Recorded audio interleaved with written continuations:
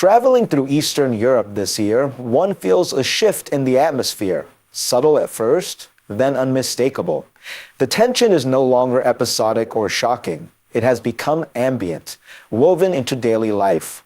Even before crossing into Ukraine, the war announces itself through disruptions, alerts, and the quiet understanding that normal routines can vanish at any moment.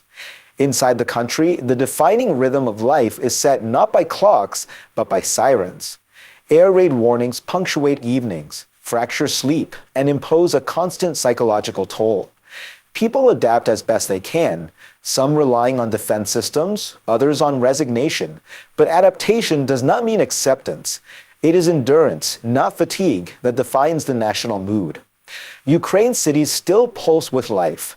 Cafes remain open, conversations continue, and people go to work. Yet all of this exists beneath a thin layer of uncertainty, a shared awareness that violence can intrude without warning. Some speak quietly about leaving, not from fear of defeat, but from exhaustion. And yet there is no sense that the country is prepared to surrender its identity or its independence. This is not simply a military conflict, it is an existential one. That grim determination inside Ukraine mirrors a troubling ambiguity beyond its borders. Earlier this year, there was cautious optimism that diplomacy might gain traction. Washington signaled a willingness to end the war swiftly, even if that meant accepting deeply uncomfortable compromises. Territorial losses were floated as inevitable. Security guarantees were softened. The language of power ain't no breakthrough. Moscow did not respond with flexibility, but with escalation. History suggests why. Authoritarian regimes rarely interpret concessions as goodwill, they read them as opportunity. When resistance appears uncertain, pressure increases. When boundaries blur, advances follow. Recent weeks have shown this pattern clearly.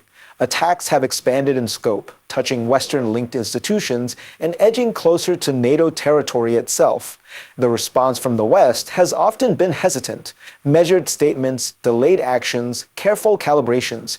Deterrence, however, does not thrive on ambiguity. At the heart of this moment lies a fundamental question. What is the strategic objective? Ending a war is not the same as securing peace.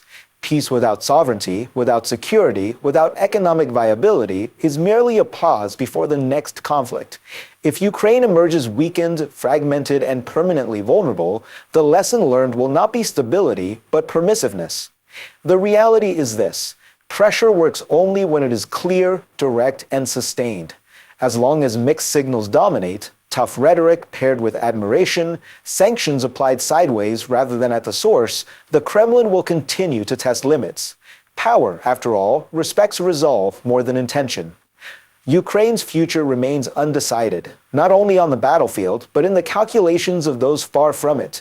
What happens next will shape not just one nation's fate, but the credibility of the international order itself. And that is a question the world can no longer afford to treat indirectly.